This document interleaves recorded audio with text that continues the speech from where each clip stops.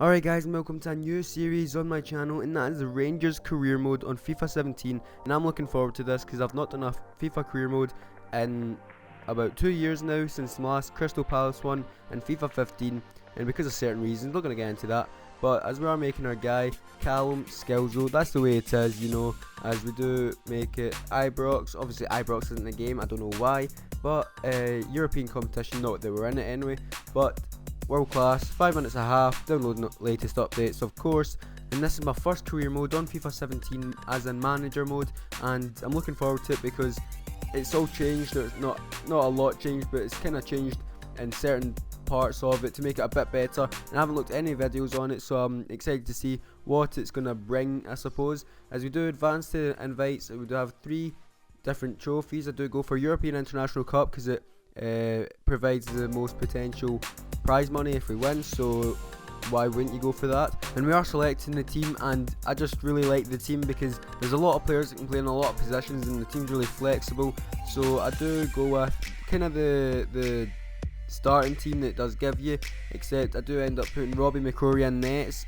for Fodring. I did put O'Halloran on the right wing for Waghorn because I don't think Waghorn's a right wing, as he clearly isn't, and I did get this shirt sales, and I didn't have a clue what this is because you have to like sell, I think it's 6.8 million it's wanting me to do to make out of like brand exposure and shirt sales, and I haven't really looked into that too much, but I will end up looking into that because that's quite a high expectation that they're wanting us to do, along with domestic cup, and that is to win the league within 2 seasons and to achieve a high finish this season.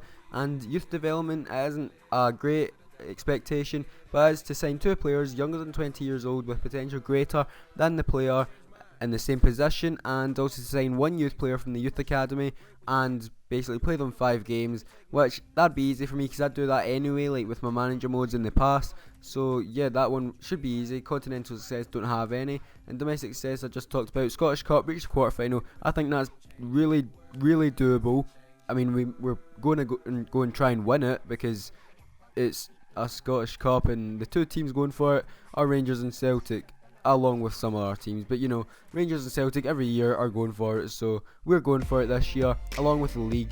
So any other cup, we'll try and go for it, especially this European International Cup, pre-season friendly, first match against QPR. We do have QPR, Ingolstadt and Empoli in our group, so it'll be quite interesting to see how it goes. But I do, as you can see, as I said before, I do put Robbie McCrory in for Fetheringham because he did ask to be put in the Daily Boy. I'm not going to turn him down, so we do go in their classic blue strip, and I do put QPR in their kind of light blue black stripes, as Andy Halliday's in the ball, gives it to Lee Wallace on the left back, gives it to Joe Garner inside, turns with it, gives it to Tavernier. Tavernier turns his man, he does hit it, but it's a good save by the QPR keeper. I'm not sure who it is, as QPR do ended up clearing only as far as Halliday, but they do end up clearing after that, as Garner does get played through by O'Halloran.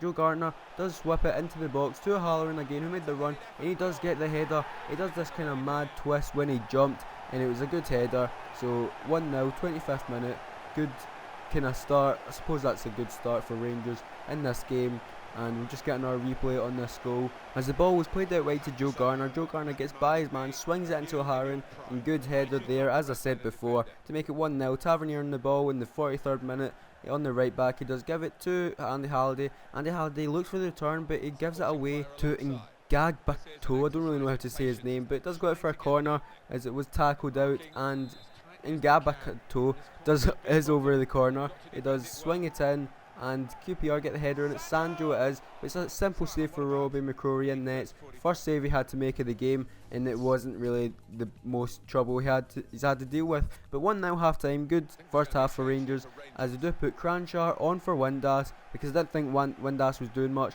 So Cranchar is naturally really good, pinging the balls about, as QPR on the second half in the 48th minute. Bidwell out left back does give it to Ngabagato, and he does cut inside, he does shoot, and good save by Robbie McCrory in nets. That was his first real save of the game. As Cranjar gives it to Halliday, looks for the 1-2, but it does kind of scrap about the edge of the box. Joe Garner does get it off his man, he shoots, and he does score to make it 2-0 to Rangers.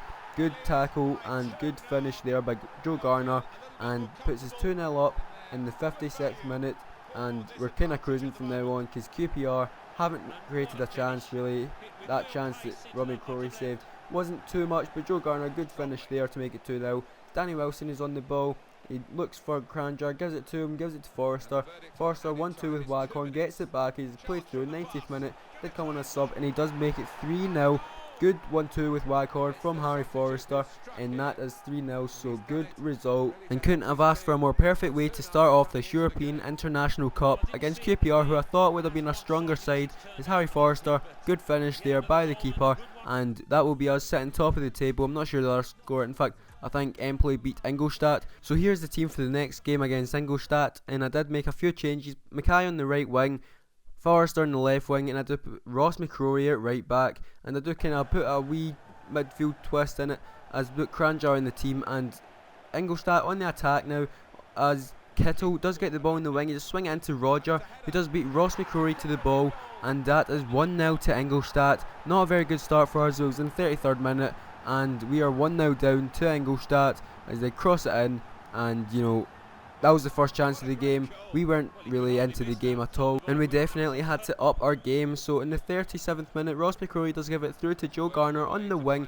He swings it into Joey Barton. Joey Barton headers it into the bottom corner by the keeper, makes it 1 each. Good response from Rangers as Joey Barton does hit them with the dabs, and yeah, with the speculation of happening with Joey Barton in real life, I'm not sure if I'm going to play him anymore because this was recorded before I actually knew what was happening with them. So yeah, I'll have to see what's happening with them because I do want to keep this kind of realistic. But into the second half now, 47th minute, Joey Barton gives it to Josh Windass. Windass does wait for Barry Mackay to make the run, but it's intercepted by Oval, who does give it away to Barry Mackay. Barry Mackay gives it to Josh Windass again, gets by his man, he does get by his man again, gives it through to Joey Barton, and I thought I could try and take on the keeper, but it was a bad decision. I should have just shot. Harry Forrester now with a throw, gives it to Barton, who gives it to Halliday. Halliday turns, gives it to Joe Garner. Garner gives it to Mackay. Mackay lays off Ross McCrory, and he does sky that over the bar. Unlucky there not to go 2-1 up as Joey Barton gives it to Cranjar. Cranjar does play it out wide to Lee Wallace, who does play it even more out wide to Harry Forrester. Harry Forrester does cut inside, raises the tackle, does shoot, but it does get blocked. Cranjar picks up on the edge of the box, he shoots, and it does just go wide. Unlucky there not to take the lead, and Joey Barton did actually get fouled there. I'm sorry I didn't get what happened actually before that, you know, how he got into that position, but you did see the tackle, and it wasn't the best of tackles, and it was a definite penalty to Rangers as Joey Barton was taken down in the box. So we have a penalty in the 90th minute to actually win the game, as Joe Garner is over it, and I've 3 penalties I've hit before in FIFA 17 I have missed, but Joe Garner does score, puts his 2-1 up in the last minute against Ingolstadt to put his 6 points out of 6 in the European International Cup, and it is a good start, looking likely that we're going to go through to the semi-finals of it and hopefully get that bonus prize of each round that you do progress in. So that is us looking likely to go through with 6 points, and our next game is against Empoli, who also have 6 points, so it's going to be a tough game as this is the team we put out. Senderos, I do start him,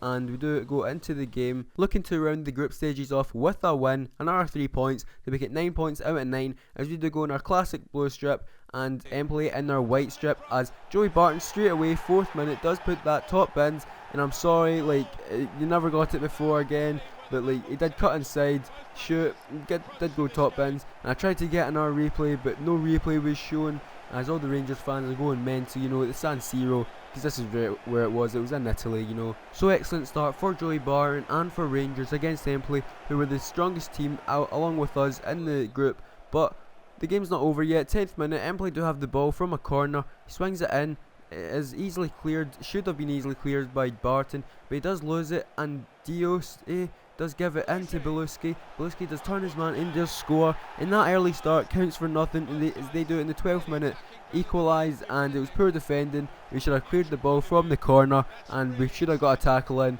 Senderos did get turned easily, same with Kiernan or Wilson, whatever one I'm playing, I can't remember.